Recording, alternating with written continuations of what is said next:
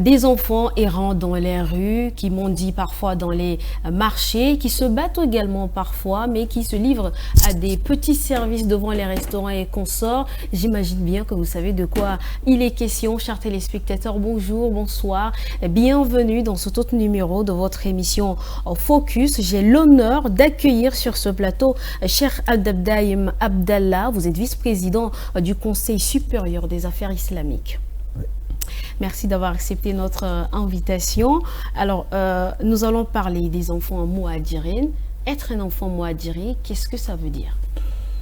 Les enfants mouhadjirines, les gens prononcent toujours, ils sont habitués à les appeler mouhadjirines. Ok. Mais quand on dit mouhadjirines, c'est des immigrés. Al-Hijra, c'est l'immigration. Quand vous dites mouhadjirines, bon, cela veut dire ces enfants-là ont laissé leur village, leur ville, et immigré pour chercher des connaissances du Saint-Coran ou d'apprendre le Coran. C'est comme ça qu'on dit mouhadjirine. Parce que le mot mouhadjirine ou mouhadjir, l'immigré, donne beaucoup de sens. On peut appeler la personne qui vient chercher des connaissances ou des études du pays en pays, de ville en ville. On peut le dire, on peut l'appeler mouhadjir. Parce que c'est un immigré. Immigré. Oui. Mais souvent les gens disent mouhadjiri. Ils expliquent mouhadjirine aussi des mendiants. Oui, c'est un abus de langage. Quand on dit mouhadjiri, ce n'est pas un mendiant. Les mouhadjiri, c'est un immigré. Cela veut dire, je peux être un immigré qui cherche de l'argent. Je vais migrer de ville en ville, de pays en pays, pour travailler, pour trouver un travail, un métier, pour apprendre des métiers. C'est un nom, ou c'est un nom qui englobe beaucoup de choses.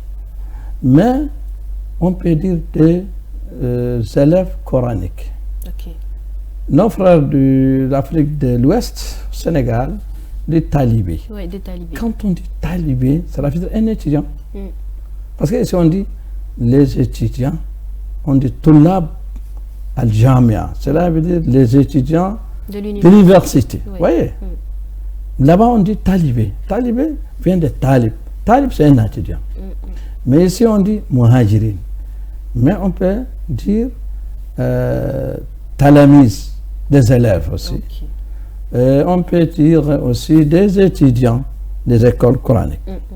Mais les gens utilisent ces mots pour mouhadjirine, ceux qui font des mendicité.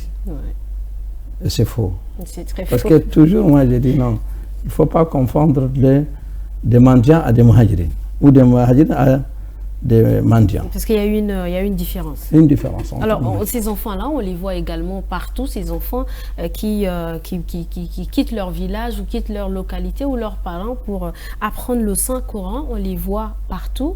Pourquoi? Pourquoi ils sont partout? Bon, avant de répondre à cette question, ce n'est pas tous les filles que vous voyez dans le ville, ils cherchent à apprendre le Saint-Coran. Parce que nous avons fait des recherches en 2015, au moment du Marshall, il nous a demandé que moi je veux être vraiment, je voudrais freiner ces problèmes de mouhadjirine là.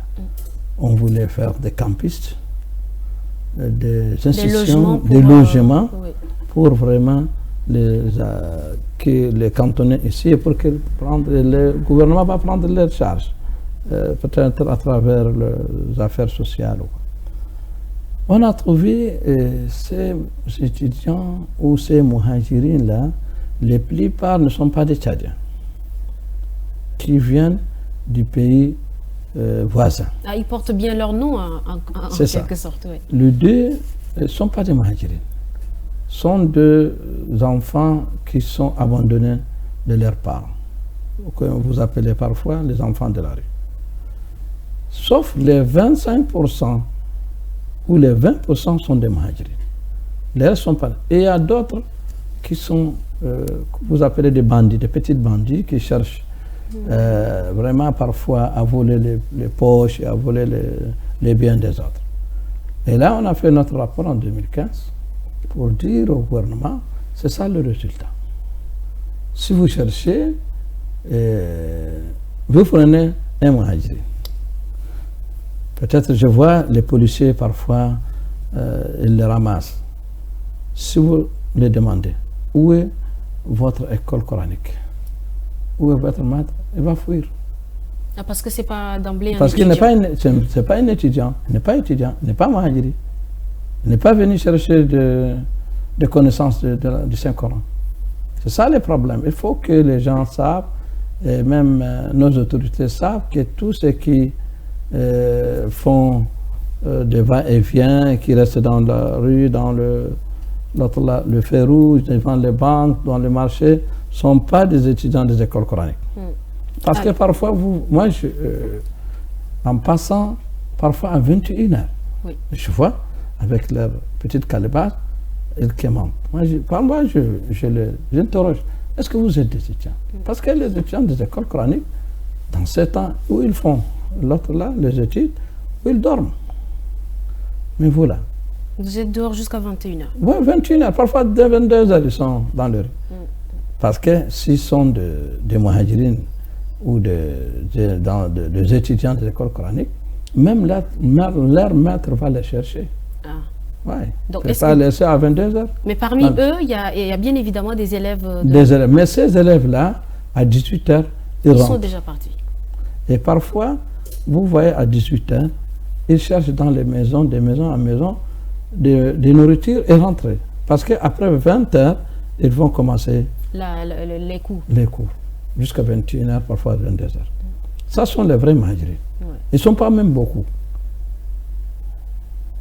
Alors pourquoi ces enfants devraient chercher eux-mêmes leur nourriture? Bon, avant tout, nous, au Conseil supérieur des affaires islamiques, on a commencé à faire une grande école coranique à Karal. C'est là presque 20 ans. La Khalwat Karal, qui est Karal que vous voyez, oui, Karal, oui. Presque 600 à 500 élèves. Dans une Ils seule sont école. pris en charge, oui. Ils sont passés, ils ont des logements. Mais maintenant, nous avons commencé comme ça, et maintenant partout, là où vous partez, on appelle Khalwa. Khalwa, cela veut dire l'école coranique.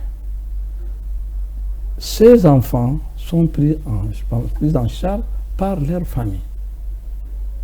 Les marabouts, ils s'installent, ils créent l'école coranique, mais il y a des conditions.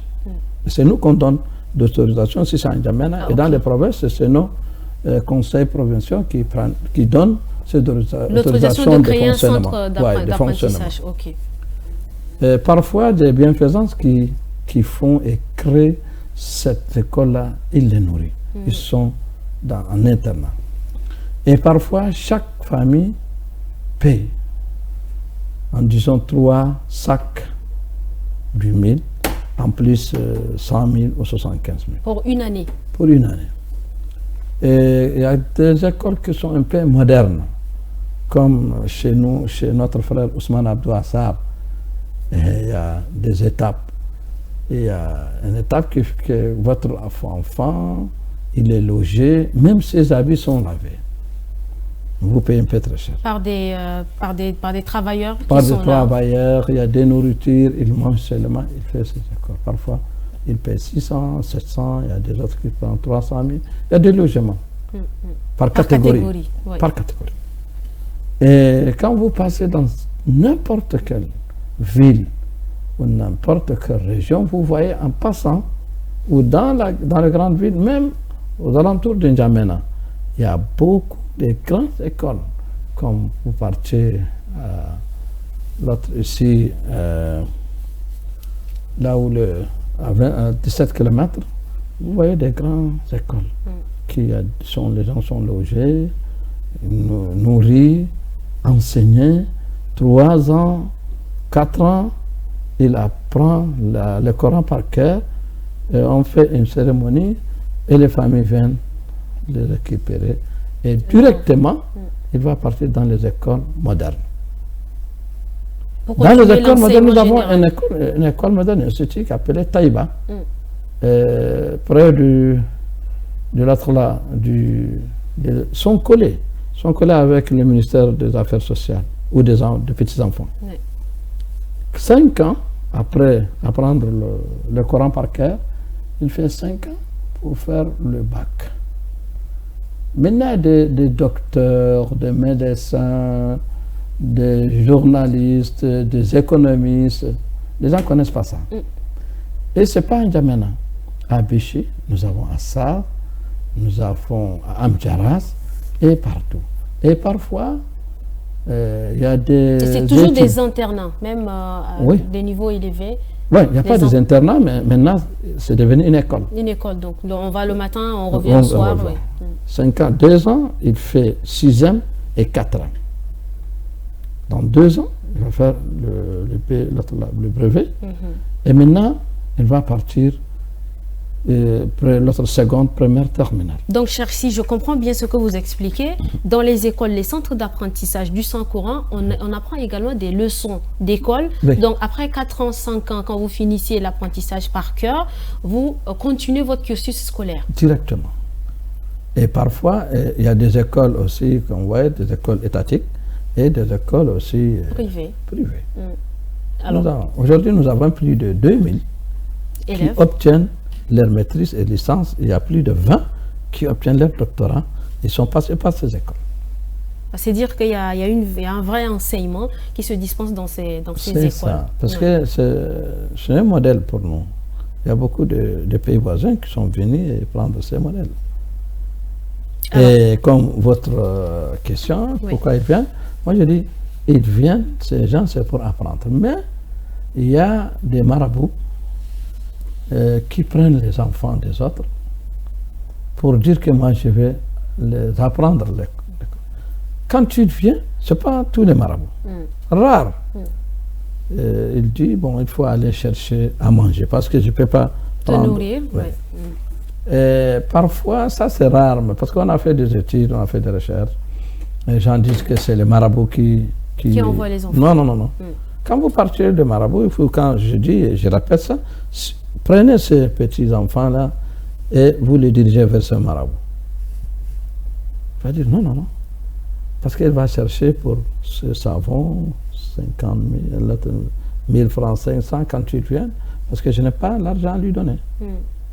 Donc, en quelque sorte, l'enfant essaye de se prendre en charge parce que les conditions ne sont pas réunies chez son maître. Les conditions ne sont pas réunies. Et là, nous ne les encourageons pas. Toujours, le Conseil supérieur des affaires islamiques dit qu'il ne faut pas donner vos enfants à ces marabouts-là. Il faut les garder chez vous. Aux parents, c'est ça. Aux parents, dans vos localités, et qu'ils apprennent devant vous. Parce que, ici, dans 3 ans, et quand vous donnez à un marabout, parfois, il met 10 ans, 7 ans, 8 ans. Ah, ça devient long. Parce que les conditions ne sont pas réunies. Et c'est difficile à apprendre le Coran comme ça. Mais quand tu l'es logé, il mange, il se nourrit, il est bien là, surveillé. Dans 3 ans, plus 4 ans, il apprend le Coran. C'est pour cela, nous, on a dit que c'est comme la personne qui a dépassé l'étape du CP1 jusqu'à CM2. Parce qu'elle a fait cet apprentissage-là. Il écrit, il lit, il connaît comment faire la dictée. Et c'est le meilleur parfois dans les arabophones, ceux qui sont passés par les écoles coraniques. Oui. Alors, est-ce que c'est une obligation pour tout enfant musulman de passer par ces écoles?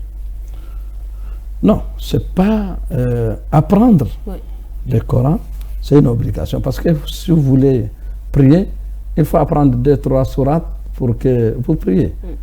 Mais ce n'est pas une obligation de passer dans les écoles. Peut-être nous, on a fait nos écoles chez nous.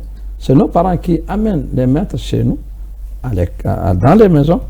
Et moi, personnellement, aujourd'hui, j'apprends mes enfants, mais à chaque fois, si le maître est en voyage, je prends un maître. Je le paye. Je le paye. Je n'ai pas amené. J'ai commencé à faire ça avant. J'ai pris 2-3 enfants pour aller amener Dans les centres dans d'apprentissage. d'apprentissage, mais parfois, vraiment, ils souffrent beaucoup. Pourquoi ils souffrent beaucoup? Parce que quand vous êtes papa ou sa maman qui est là, vraiment, ils ne sont pas bien surveillés. Oui. Et même si peut-être il y a des enfants qui demandent leurs parents de m'amener à l'école coranique. Et il faut que je serai un peu très loin pour apprendre le Coran comme tel. C'est eux qui demandent parfois. Oui, parfois c'est eux qui Et demandent. parfois, peut-être, vous avez des questions comme similaires. Il y a un enfant qui est un petit. Il faut l'amener un peu.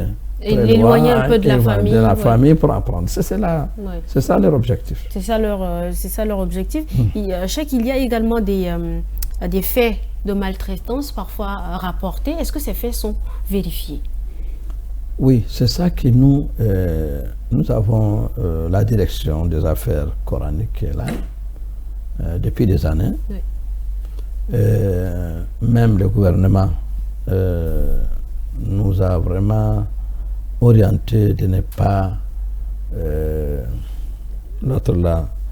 corriger l'enfant à ces façons-là. Avec de la chicotte. Avec la chicotte. Parce que ça, c'est des choses d'avant. Parfois, il faut minoter l'enfant.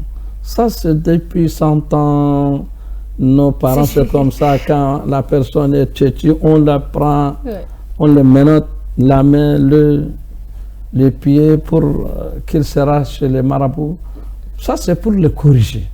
Mais c'est pas... Ça, c'est révolu. Non, c'est pas quelque chose qui est orienté par l'islam. Ça, vraiment, l'islam l'interdit. On peut corriger l'enfant, mais ça, c'est pas de toute façon. On peut donner des petites chicottes, mais sans déchirer sa peau, ni casser un membre de son corps. Et ce que vous voyez de gauche à droite que les marabouts les font, nous, vraiment, nous les interdisons. On ne les conseille même pas. Et peut-être si le marabout a fait ça, même juridiquement dans l'islam, s'il le punit comme ça ou le corriger, s'il vraiment casse la main ou prendre de la violence physique, oui. Ouais, on peut le transférer à la justice. Parce que l'islam n'a pas lu de ça. C'est pas autorisé par la religion. C'est pas autorisé par la religion. On peut le gronder parfois, on peut vraiment le corriger par d'autres choses. Si tous ces étapes-là n'ont pas eu le résultat, on prend un chicotte, un petit chicotte pour les frapper, pour les chicoter. Les fessées d'habitude c'est comme on fait dans nos maisons avec nos enfants. C'est ça qui se passe. Mais il ne faut pas le frapper avec un bâton, ni le minoter. Peut-être dès qu'il prend sa route, il ne revient pas encore dans cette école. Oui, parce qu'il a été peut-être maltraité. Oui, maltraité. Ce que vous voyez, bon, ce n'est pas conseillé par l'islam, ni dans les écoles coraniques. Ouais, donc, au-delà de tous ces... Peut-être, je vais dire. Oui, allez-y. Qu'est-ce que les gens font maintenant? Si ces méthodes sont interdites, et c'est fait dans les passés, mais ce n'est pas conseillé par l'islam. Maintenant, on encourage les enfants. On dit, écoute, si tu apprends le Coran par cœur, tu as un cadeau tel. Pour le motiver. Vous voyez, dans même pas 2 mois, nous avons assisté à une cérémonie de Coran comme ça. Il y a des filles qui ont appris le Coran par cœur et leur père a amené un marabout et il les enseigne. Qu'est-ce qu'il a fait? Il a donné une moto neuve devant la cérémonie. Oui. Et ce qu'il a donné à ses filles, je ne sais pas. Il y a d'autres qui donnent des millions, 1 million, 2 millions. Il y a d'autres qui disent, bon, si tu apprends, la fille, on peut dire, si tu apprends le Coran par cœur, tu as 4 ou 5 pièces d'or. C'est que les filles aiment quand elles entendent. Ouais. Et c'est comme ça qu'on encourage les enfants. Et maintenant, ça va devenir qu'est-ce que vous voulez? Un challenge entre ouais, les c'est enfants. Là, bon, quand le premier enfant ou les deux enfants, le deuxième enfant, on lui a donné un grand cadeau, les petits enfants disent, ah, moi aussi je vais prendre. C'est simple ça. Ça, c'est un encouragement. Et ça va donner beaucoup de résultats. Alors, au lieu de les frapper, de les chicoter. Ça ne donne pas un grand résultat. Alors, je m'apprêtais à vous poser cette question. Qu'est-ce que ça fait pour un parent de voir son enfant passer l'examen, par exemple, ou passer à la cérémonie de la fin de l'apprentissage du Saint-Coran? Au-delà de la fierté, qu'est-ce que ça fait pour un parent? Ah oui. Et si, parce que le prophète Mohammed sallallahu alayhi wa sallam dit, celui qui apprend le Coran par cœur, il est le meilleur de ma communauté. Ah. Il est le meilleur parmi les croyants devant Allah subhanahu wa ta'ala. Et le jour de la résurrection, Allah subhanahu wa ta'ala dit à la personne qui a appris le Coran par cœur, et à condition qu'il applique ce que le Coran dit.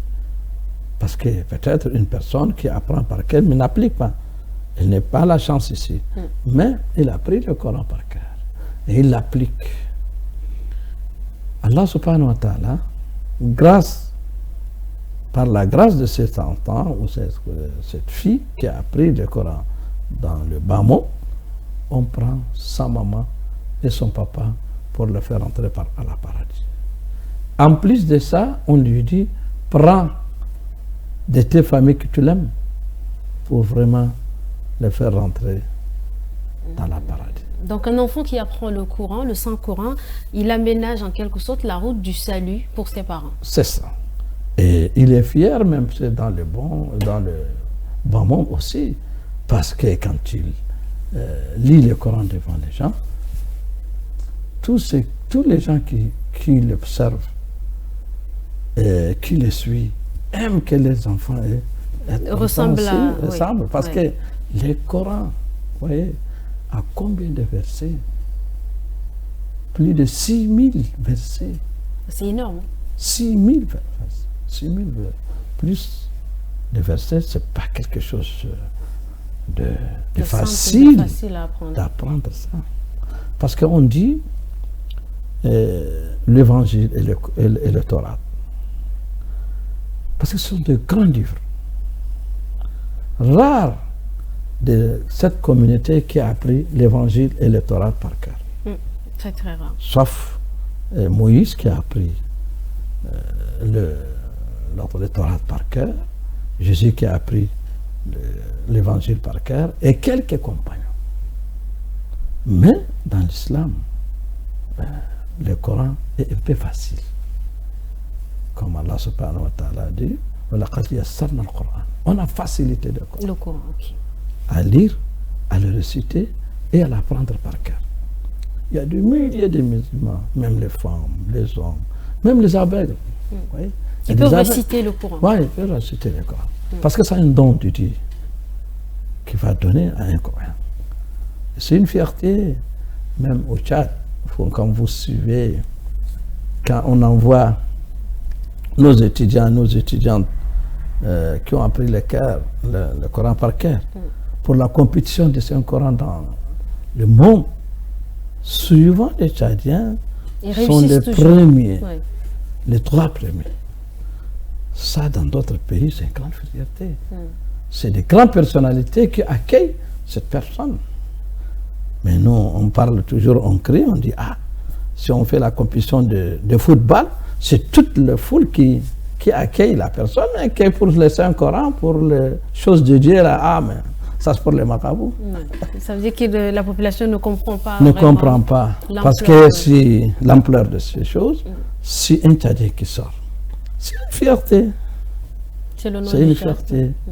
C'est comme un de nos camarades de la plateforme qui est parti pour le salut. Il est le premier, il a fait écrire. Il est de protestants. On a accueilli, on a fait une grande cérémonie à la maison de culture. Pourquoi? C'est pas la fierté. On ne peut pas dire que ça c'est musulman. Non. Parce que c'est le symbole du Tchad qui est devant lui. C'est le drapeau du Tchad qui flotte. C'est le drapeau du Tchad, bien sûr. Alors, dans les articles et dans l'information qui passe dans l'actualité, vous l'avez dit, quand un étudiant tient bien part pour ces compétitions-là, il réussit toujours. Alors, c'est quoi le secret pour les écoles du Tchad? Ouais. Notre secret ici, parce que ces enfants-là, de bas âge, ils apprennent le Coran. Ah, dès leur bas âge. C'est le secret. C'est un secret. Et encore, il y a des répétitions. Quand tu apprends le Coran par cœur, on ne le laisse pas comme ça. C'est la répétition. Chaque mois, peut-être, il va répéter le Coran du premier au dernier sourate 3 à 4 fois. Et si vous êtes désigné pour la compétition, on va vous mettre avec des grands maîtres du Coran. On va vous faire des questions. Oui, lisez de telle sourate à telle sourate. Vous lisez. Prenez de telle sourate. Des exercices. Des exercices. Oui. Quand vous partez là-bas, peut-être les exercices qui sont faits ici, parfois la première question va tomber. Ah, ça je l'ai fait au Tchad. Oui. C'est pour cela. Donc c'est ça le secret. C'est ça le secret. Parce qu'on fait une compétition ici, nationale. Et ceux qui ont admis maintenant, on les prend pour... C'est pas quelque part, parce qu'il y a parfois, il y a 40 pays. Oui. 30 pays, des grands pays islamiques, arabes, quoi là. Mais un petit noir là qui va dévaler le premier. Parce que les gens, maintenant, quand nos étudiants partent aux étrangers, quand on dit le Tchad, c'est un Tchad, les Tchadiens là sont forts. Ah oui, parce qu'ils ont fait leur preuve plusieurs fois. Oui, plusieurs fois. Alors, Cheikh, on va sortir de cette émission. Qu'est-ce qu'on retient des enfants mohadirines et de ce que dit la religion concernant la pédagogie de l'apprentissage du Saint-Coran? Bon, notre pédagogie, comme j'ai parlé avant que l'autre là présente ce que là, bon, notre pédagogie est comme suit. Quand on prend l'enfant là, on apprend. Mais dans les autres pays, on apprend dans le Coran. Mais ici, nous, on apprend par l'ardoise. Oui, c'est ce qui se voit, oui. Souvent. Parce que ça facilite aux élèves d'apprendre le Coran facile. Et on les commence verset, 2 versets, 5. À chaque fois, il évolue. Et aussi, la deuxième chose, l'écriture. Parce que parfois, les mots qui est dans le Coran, ce n'est pas comme les mots que vous écrivez dans la lettre. Il y a une différence. Il y a une différence d'écriture. D'écriture. Ça, c'est le mot arabe. Mais dans le Coran, l'orthographe est différente. L'orthographe, c'est quelque chose. Et la format aussi. Là, on l'apprend du débat. L'autre là. Du premier âge jusqu'à la fin. Et le deuxième fois, parfois, même les élèves entre eux, les élèves coraniques entre eux, ils font des concurrences. Parce que vous avez appris 5, 6, 7 sourates par cœur. Et l'autre va dire, bon, je vais dépasser l'autre. Et c'est comme ça que nos enfants les font. C'est des petites compétitions comme ça. Petites compétitions, même dans les petites écoles. Et parfois, quand même, les maîtres l'encouragent. Et parfois même la famille. Il faut encourager même le maître. Parce que quand vous donnez le cadeau, il va tirer un peu l'enfant pour qu'il vraiment apprenne plus beaucoup que l'autre. Oui. Notre objectif ici, c'est pour changer aussi l'ancienne méthode. Pourquoi l'ancienne méthode? Parce que l'ancienne méthode, vous apprenez le Coran et c'est fini. Être marabout. Et parfois les gens disent un marabout charlatan. C'est ce que nous ne voulons pas. Aller de gauche à droite, chercher ou écrire une personne qui est malade, qui va venir. Ou marabout, il faut prier pour moi, j'ai tel problème. Ça, ce n'est pas une vie. Nous voulons changer cette vie-là. Une vie moderne. On apprend la personne, l'école. l'autre le Coran. Et maintenant, il a deux choix. Ou aller dans les écoles modernes. Pour continuer le cursus scolaire. Oui. Ou dans les écoles religieuses. Et là, maintenant, il part dans les écoles privées, chez les grands marabouts, pour apprendre la religion, la théologie, l'explication du Coran, des hadiths, d'autres matières religieuses. Oui, c'est la théologie. Pure religieuse. Et là, c'est ces gens-là, c'est eux qui vont être des dirigeants des mosquées, imams. Des imams, ah, d'accord. Ouais. Ouais. Et aussi des enseignants dans les écoles coraniques. Et aussi des grands mouftis, du cheikh. Et ce n'est pas obligatoire que vous appreniez le Saint-Coran, mais vous apprenez à lire. Et vous avez quelques sourates. Il y a des gens qui apprennent le Coran par cœur, mais ils ne savent pas l'explication. Mais il y a des gens qui savent le lire et ils l'expliquent. Et ça, maintenant, il est devenu savant. Et nous, on voulait que ces enfants-là vont associer pour le développement de ce pays.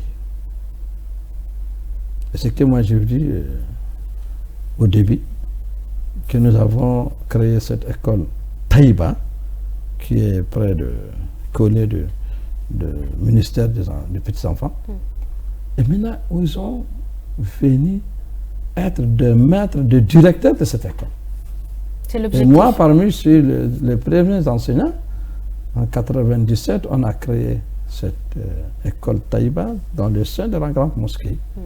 Mais après, on a trouvé un local et on a construit cette école-là. Maintenant, ces gens-là sont devenus des docteurs. Il y a d'autres qui sont devenus des recteurs de l'université de Faisal. Ah oui. Il y a d'autres qui sont devenus des députés. Nous avons aussi aujourd'hui des conseillers qui ont passé par l'école coranique, l'école moderne, jusqu'à aller maintenant associer pour le développement de ces pays et travailler pour la nation tchadienne. Et d'autres qui sont maintenant bilingues.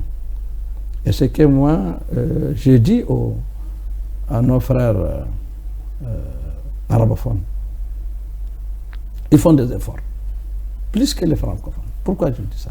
Parce que moi, j'enseigne à la faculté des sciences et éducation à l'université de N'Djamena depuis 2013. On m'a donné la matière français pour apprendre aux étudiants arabophones. Oui. Et l'arabe pour les étudiants francophones. Oui. Et moi, j'ai dit aux mes étudiants francophones, je dis nos frères francophones ne font pas beaucoup d'efforts. Oui, pour comprendre l'arabe comme les arabophones le font. Oui. Pourquoi? Disons parce que on n'a pas vu de maître arabe. Et ça, moi, ça m'a étonné. Ça m'a étonné. C'est une occasion de dire ça devant votre plateau. Quelques enseignants qu'on les affecte en dehors des grandes villes du Tchad, mais ils ne partent pas. Parce que j'ai vu 3-4 étudiants à l'université de N'Djamena qui me disent c'est la première fois qu'on voit un oustaz devant nous. Moi, je dis, vous êtes pas au Tchad? Nous sommes au Tchad, on a fait l'école. Où? Vers le sud. On n'avait pas vu un oustaz? On n'a pas vu un oustaz. C'est sûr. Parce qu'il y a des gens qui sont intégrés arabophones, qui partent prendre le service.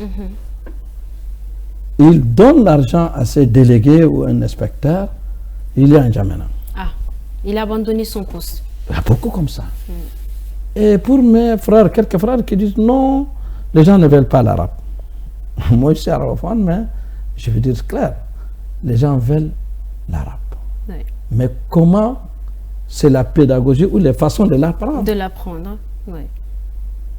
Mais il ne faut pas dire que les gens ne veulent pas l'arabe. Moi, j'enseigne depuis 2013. À la fin de leur licence, il y a 3 étudiants qui disent nous, on voulait sortir du Tchad pour apprendre l'arabe. Et je dis, l'arabe, ce n'est pas la religion. L'arabe, c'est une langue, comme Si, le français.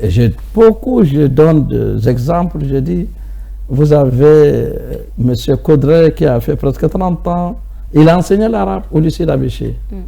Il y a Madame Nadia Karachi qui enseigne l'arabe et le français. Elle a été la proviseure du lycée d'Abéché franco-arabe. Ils sont des chrétiens. Ouais. Nous avons Gali qui a appris l'arabe pour ne pas vraiment tromper les gens pour dire qu'il ne faut pas apprendre l'arabe, c'est la religion. C'est la religion, c'est C'est différent. comme ça, on peut dire aux musulmans de ne pas apprendre le français, parce que le français, c'est les chrétiens. Non, non, c'est une langue. Et là, nous voulons à ce que nos étudiants-là apprennent le français et l'arabe. Comme ils ont appris l'arabe, ils vont apprendre le français. Et comme les Français vont apprendre l'arabe. Et c'est que maintenant, il y a beaucoup de domaines que les arabophones ne sont pas là. De beaucoup de domaines. Et nous, on voulait que, comme le Tchad est bilingue, ils vont faire des efforts, les arabophones vont faire des efforts, que toutes les matières enseignées en français seront enseignées en arabe. Oui. Et là, ça va demander beaucoup de choses et beaucoup d'efforts. Et que j'ai dit, pour les arabophones, il faut qu'ils partent au fond du pays pour apprendre les gens l'arabe.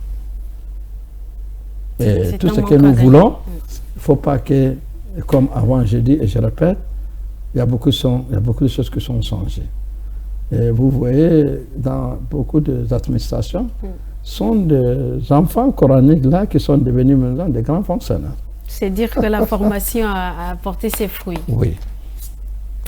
Cheikh Abdeldaïm Abdallah, vice-président du Conseil supérieur des affaires islamiques, merci beaucoup. Merci, Chokra. C'est un plaisir pour moi d'avoir échangé avec vous. Cette émission a été enrichissante pour moi. Merci, Chokra. Et je l'espère également pour vous, chers téléspectateurs. Merci à vous qui nous avez reçus chez vous. Prenez soin de vous et à très bientôt pour un autre numéro de Focus. Bonsoir.